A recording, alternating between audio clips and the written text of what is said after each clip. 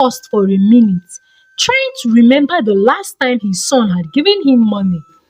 After a while, she exclaimed, "It is true, oh!" Ada, you are right, oh. It has been a while Kalu sent me money. It never crossed my mind. Mother, you see what I am saying?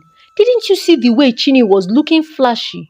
Did you know that that girl does not repeat clothes? She wears new clothes every day, Ada said more convincingly. You don't mean it.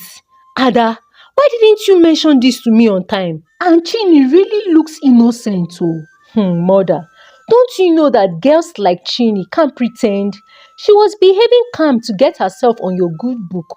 But not for me. I can see through her. Ada, so what do we do now that Kalu have decided to marry her? Mama Kalu said with so much worry and concern in her tone.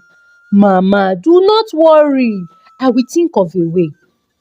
As the wedding day drew nearer, the tension in Kalu's family only deepened. Mama Kalu and Ada, united in their resolve, devised a desperate plan.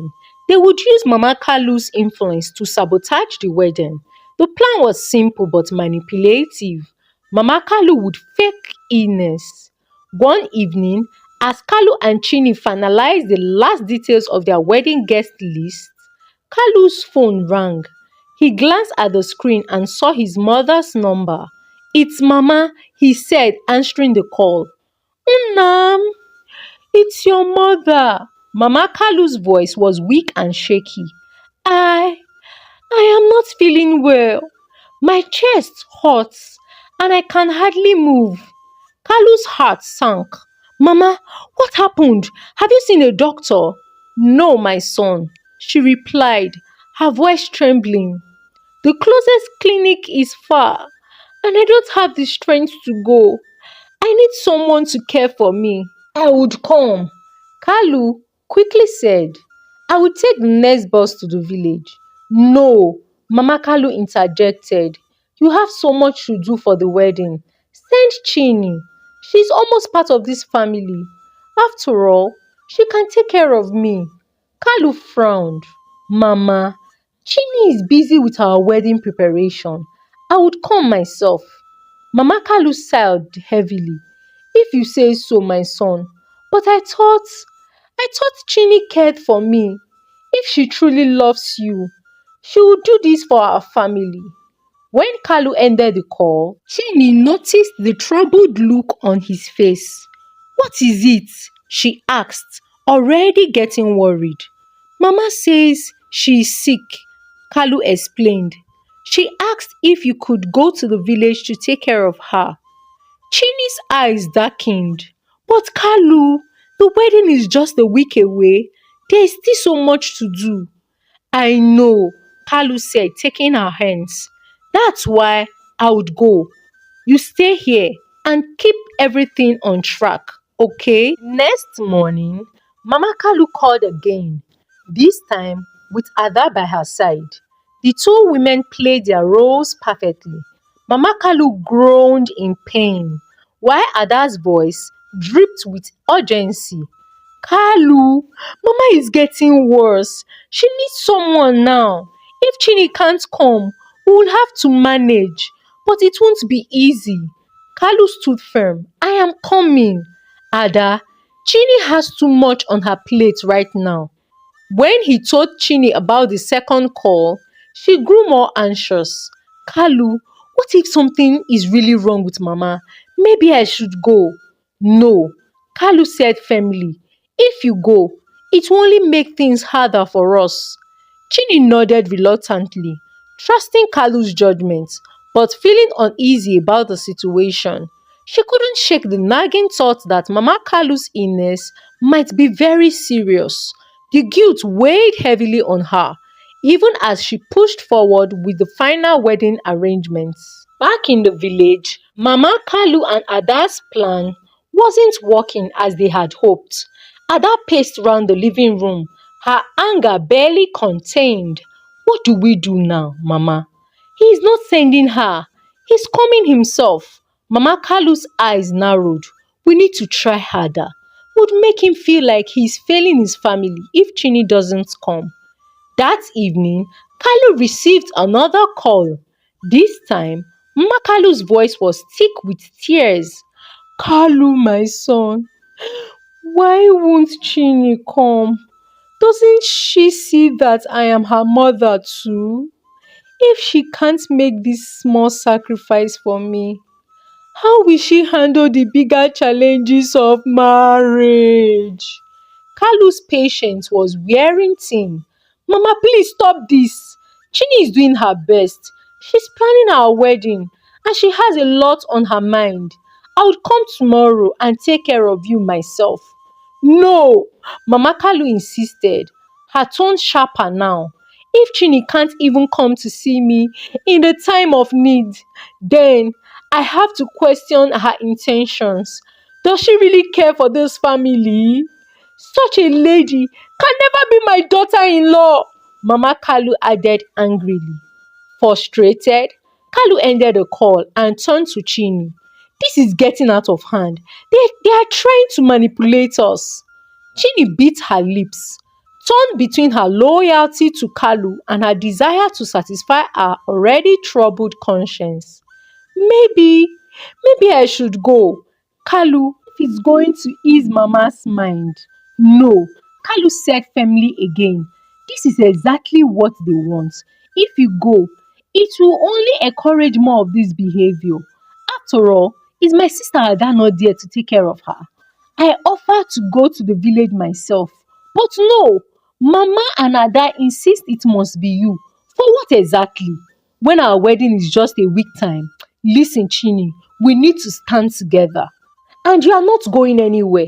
If there is anybody that needs to go, it is me because she is my mother. As the days passed, the emotional blackmail intensified. Mama Kalu sent messages through neighbors, claiming she was bedridden and that her condition was worsening. Ada added fuel to the fire, calling Kalu repeatedly with exaggerated updates about their mother's supposed decline. Kalu, however, remained resolute for some reason he could not understand, as it was unlike him. He called a trusted family friend in the village to check on Mama Kalu, his mother. That was when the friend reported back that Mama Kalu was moving about the village just fine. Kalu's suspicions were confirmed. Why will his mother lie to him with something as critical as her health? Kalu wondered. They are playing games, he thought to himself.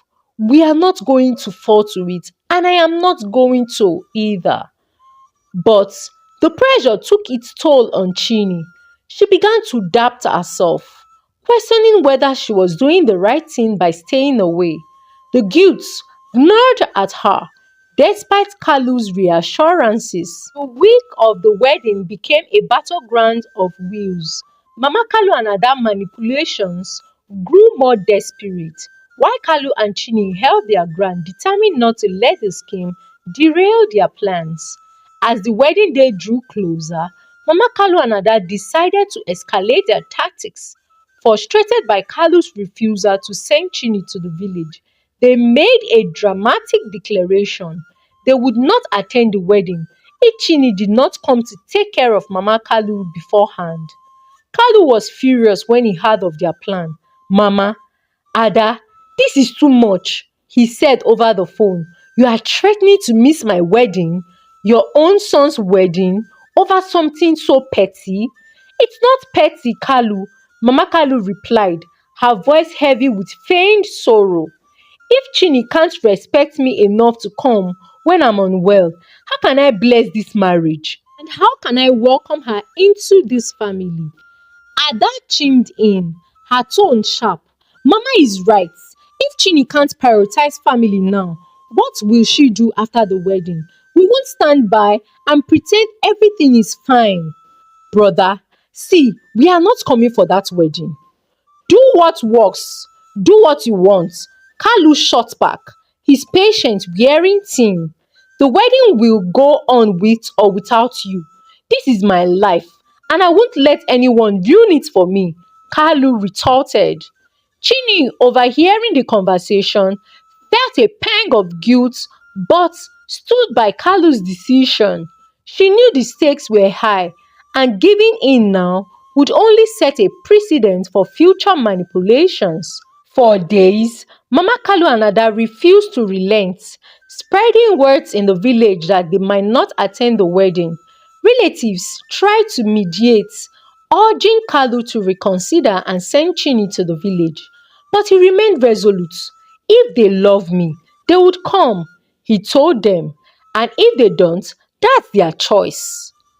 Finally, realizing that Kalu wouldn't budge in and that their absence would speak gossip and shame within the community, Mama Kalu and Ada reluctantly decided to attend the wedding. However, their decision was far from joyous. "We will go," Mama Kalu told Ada, her voice laced with bitterness. "But this doesn't mean we'll approve." And so they prepared and set out for Onitsha, where the wedding would take place. On the morning of the wedding, the air in Onitsha buzzed with excitement. Friends and family gathered at the church, dressed in vibrant colors and beautiful traditional Ankara fabrics, their faces lit with smiles. Chiny looked radiant in her white wedding dress, her heart pounding with a mixture of nerves and joy. Kalu, standing at the altar, couldn't take his eyes off her. But amidst the celebration, a storm brewed. Ada, sitting beside Mama Kalu in the pews, glared dagger at Chiny. She leaned over to her mother and whispered, "She's ruining everything. Just wait, Mama. She would regret this." When the ceremony began, the tension between the bride's joy and Ada's seething resentment was palpable. As the couple exchanged vows, Ada's fists clenched, her nails digging into her palms. "This isn't over," Ada muttered under her breath. After the ceremony, as the guests moved to the reception venue, Ada found an opportunity to confront Chiny. The bride was standing near the entrance, greeting well-wishers, when Ada approached her with a forced smile. "Congratulations, Chiny," Ada said, her tone dripping with sarcasm. "You got what you wanted, right? But let me warn you, this isn't the end. Marrying my brother doesn't mean you've won. I will make sure you regret ever stepping into this family." Chiny's smile immediately faltered, but she quickly regained her composure. "Ada, I am not here to fight you. I love Kalu and I want to be part of this family. I hope one day you can see that." Ada's eyes narrowed. "We will see about that," she said before turning and walking away. Despite Ada's threats, the reception was a lively affair. The hall was filled with music, laughter, and the clicking of glasses as guests toasted the newlyweds. Kalu and Chiny danced, their faces glowing with happiness. But beneath the surface, the unresolved tension lingered. Mama Kalu, though less openly hostile than Ada, kept her distance from Chiny throughout the events. When relatives asked her why she wasn't joining the festivity, she simply said, "I am not feeling well." Ada's bitterness and Mama Kalu's coldness overshadowed their joy. As the days turned into weeks, Ada's anger fastened. Every failed attempt to disrupt Kalu and Chiny's marriage only fueled her determination. She realized she needed a new approach, one that would strike at the very core of Chiny's being. Ada decided to seek spiritual intervention, believing it would be her last resort. Under the guise of visiting a distant relative, one day, Ada traveled to a neighboring village known for its powerful native doctors. She found herself in the presence of a feared Dibia, a man with piercing eyes and an air of mystery. Ada explained her plight, painting Chiny as a manipulative outsider who had bewitched her brother. The Dibia listened intently, then nodded. "If you want her gone," he said, "I can help. But this is not a matter to be taken lightly. You must not speak of this to anyone, not even your mother. Ada agreed, her desperation overweighing any lingering doubts. The Dibia performed a series of rituals, chanting incantations and burning strange herbs. He handed Ada a small pouch filled with mysterious powders and instructed her to sprinkle it on the places Ada had walked before, calling her name and invoking her spirits. As the months passed after Chiny and Kalu's wedding, Chiny fell ill. At first, she and Kalu thought it might be a sign that she was expecting a child. Hopeful and excited, they began making plans, but their joy was short-lived. As time went on, Chiny's condition worsened, and it became clear that she was not pregnant. Instead, her health dwindled drastically, leaving her weak and bedridden. The couple sought help for numerous doctors, but none could determine the cause of Chiny's illness. Each test came back inconclusive, and no medication seemed to alleviate her symptoms. Despite their best efforts, her condition continued to decline. Chiny, exhausted by the relentless suffering, began to accept her fate, hoping for divine intervention and strength to endure her ordeal. Kalu, desperate to see his wife recover, sent words to Ada asking her to come to Onitsha to help care for Chiny. Ada, however, refused outrightly. She dismissed the request with a curt response, claiming she had her own life to handle and could not drop everything to play nursemaid. Frustrated but undeterred, Kalu turned to his mother for help. Mama Kalu's reaction was less dismissive than Ada's, but still unenthusiastic to help. She expressed her concerns for Chiny's condition, but made excuses about her age and health, suggesting that Kalu should hire a professional caregiver instead. Deep down, Mama Kalu remained skeptical of Chiny, and her hesitation to help only added to Kalu's growing sense of isolation. Chiny's condition weighed heavily on Kalu's heart. He spent sleepless nights by her bedside, holding her hand and whispering words of comfort. Despite her frailty, Chiny's faith remained strong. She often told Kalu, "This too shall pass. We must hold on to hope." Her resilience inspired him, but the mystery of her illness and lack of support from his family left him feeling helpless. As the days turned into weeks, Kalu's frustration with Ada and Mama Kalu grew because of their unwillingness to help. And one day, Ada suddenly changed her mind and decided to come stay with Kalu and Chiny in Onitsha. Her decision shocked Kalu, who had grown accustomed to Ada's indifference. When she arrived, she expressed deep concern for Chiny's health and apologized for not coming sooner. Kalu was relieved and grateful, believing it could mark a new beginning for the family. Ada changed entirely. She treated her sister-in-law Chiny with kindness and care, attending to her needs with a level of attentiveness that surprised even Chiny. Ada would bring her meals, sit by her bedside to chat, and help with basic tasks. She prayed fervently for Chiny's recovery, her voice trembling with emotions as she asked for divine intervention. Kalu watched with a mixture of gratitude and guilt, wondering if he had misjudged his sister all along. Despite Ada's newfound devotion, Chiny's health continued to deteriorate. Her frail body showed no signs of improvement, and every passing day seemed to sap more of her strength. Ada, however, remained undeterred. She began to suggest seeking spiritual solution, advising Kalu and Chiny to attend churches known for their powerful prayers and deliverance services. "I know of a few places," Ada said one evening. "There are churches with strong spiritual leaders who have helped others in situations like this. We can't lose hope now," Ada said. Kalu nodded thoughtfully. willing to try anything to save his wife. Chiny, though weak, managed a small smile of gratitude.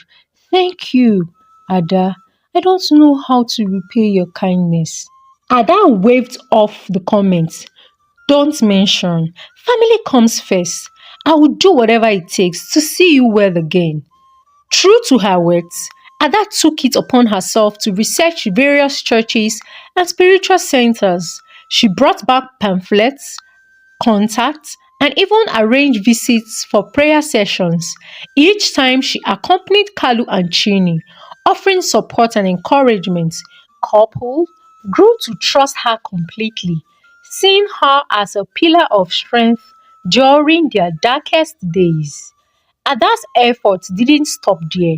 She began organizing prayer sections at home, inviting pastors and prayer warriors to intercede on Chini's behalf. She would kneel beside Chini, her hands clasped tightly, tears streaming down her face as she called on God to heal her sister in law. Her devotion seemed genuine, and it touched everyone who witnessed it. However, despite Ada's outward show of support, Chini's condition showed no sign of improvement. Doctors remained baffled, unable to pinpoint the cause of her illness. The spiritual interventions, too, seemed to yield little effect. Alu grew increasingly frustrated, but Ada's calm reassurances kept him grounded. Sometimes she would say, God's timing is not our timing. We must remain steadfast in our faith. Ada would encourage her. The couple's trust in Ada increased with each passing day. Alu especially found solace in his sister's unwavering commitment. He often confided in her about his fears and frustration, and Ada would listen patiently, offering words of hope. However, Kalu made a decision to stand in the gap for his wife through fasting and prayers.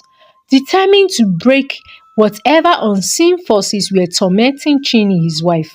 Determined, Kalu embarked on a 3-day dry fasting, locking himself in their room, seeking divine intervention.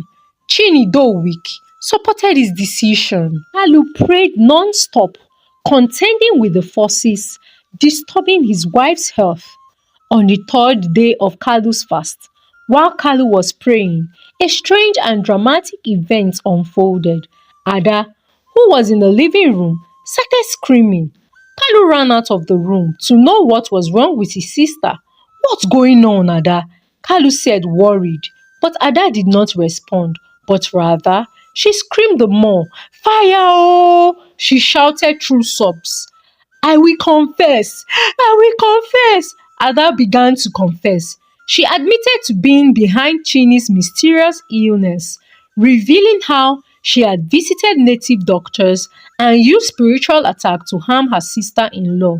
I was jealous, she cried. I didn't want you to marry her. Kalu, I am sorry. Please forgive me. Chiny, too weak to speak, clung to Kalu as tears streamed down her face. She could not believe what she was hearing. Kalu's shock quickly returned to anger. So, you mean you were the one behind my wife's illness? Ah, Ada, you are evil. Get out of my house, Ada, he shouted. You've done enough damage. Leave now. Ada pleaded for mercy, but Kalu was resolute. He threw her out of his house, his heart heavy with betrayal. The next day, Mama Kalu arrived, having heard of Ada's confession. She was horrified by her daughter's action and apologized profusely to Kalu and Chini. I had no idea. I had no idea that Ada was capable of doing such a thing, she said in tears, her eyes already filled up. Please forgive me. With Ada gone, Chini's health began to improve rapidly. The weight that had hung over her seemed to lift, replaced by a sense of peace and renewal of health. Ada, meanwhile, returned to the village where she fell ill and became bedridden. It was as if The consequences of her actions had come full cycle on her. Kalu and Chiny, though scarred by the ordeal, emerged stronger than ever before. Thank you for watching this story. Share with us in the comment section what you've learnt. Please, you can kindly do well to share out this video to your loved ones. Subscribe to this channel if you're not already subscribed. Like this video, please. Until I come your way again with another African story. For now, from me, it is bye.